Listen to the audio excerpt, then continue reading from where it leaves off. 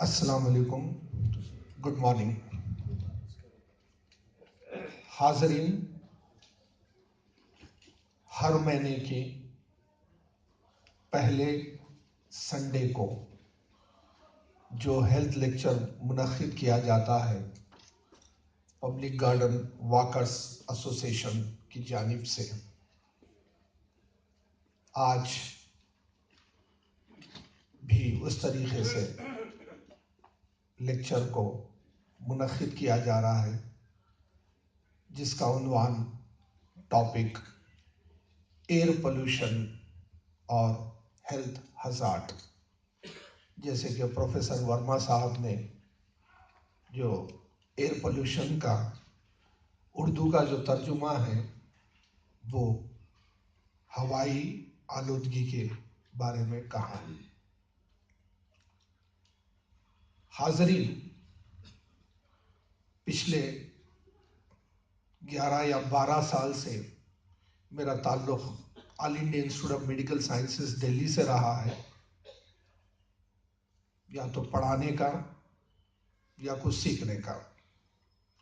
مجھے یاد ہے آج سے کچھ 10 سال پہلے ایک کچھ نیشنل کانفرنس ہو رہا تھا all India institute of medical sciences میں.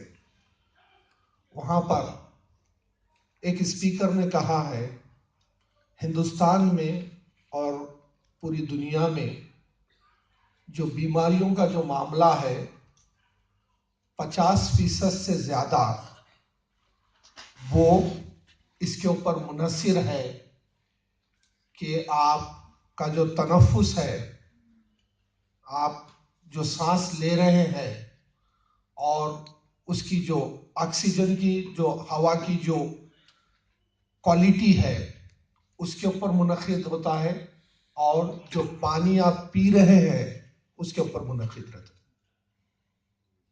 50% سے زیادہ بیماریوں کا جو تعلق ہے یعنی کہ ہوا سے اور پانی سے.